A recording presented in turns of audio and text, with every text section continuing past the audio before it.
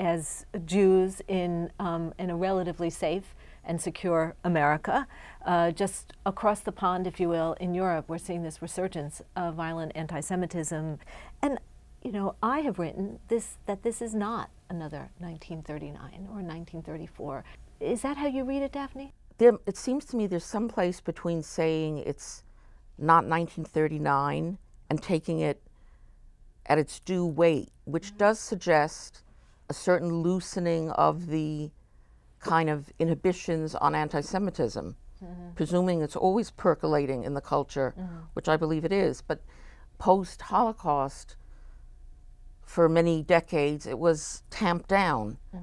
It seems to me a kind of return to something that is alarming in a potentially more alarming than we grant it. Do you feel alarmed?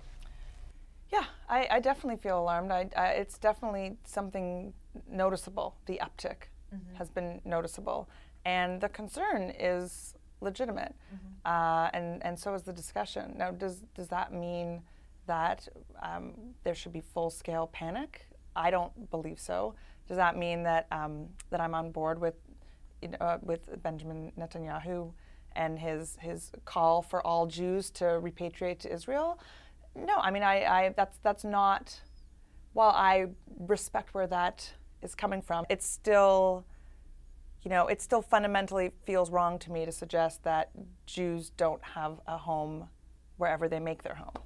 Right. I guess I would say is that I don't think that there's a rise in anti-Semitism. I think that there people who are anti-Semitic have been emboldened. And I think there's a really big difference there.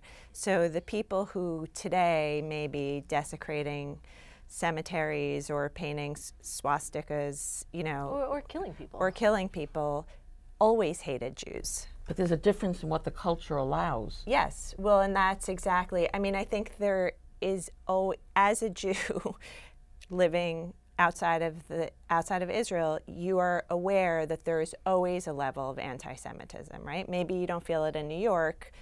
Well, but the truth is, I mean, according to the statistics, anti-Semitism in the United States is at an all-time low, but it is demonstrably increasing in Europe. The question that I would ask is, why is this happening? You know, and is it this like kind of lack of education?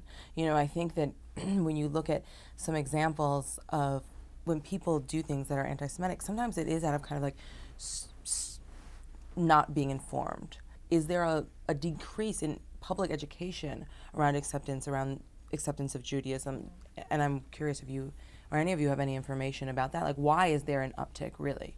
Well, I mean, in Western Europe, we know it's really driven by an extreme expression of Islam. Right. In Eastern Europe, it's different because there are hardly any Muslims there. And there's a lot of anti-Semitic attitudes in Eastern Europe. It's just there's hardly any Jews there, so it's like there's no place to take it out. Whereas in Western Europe there is.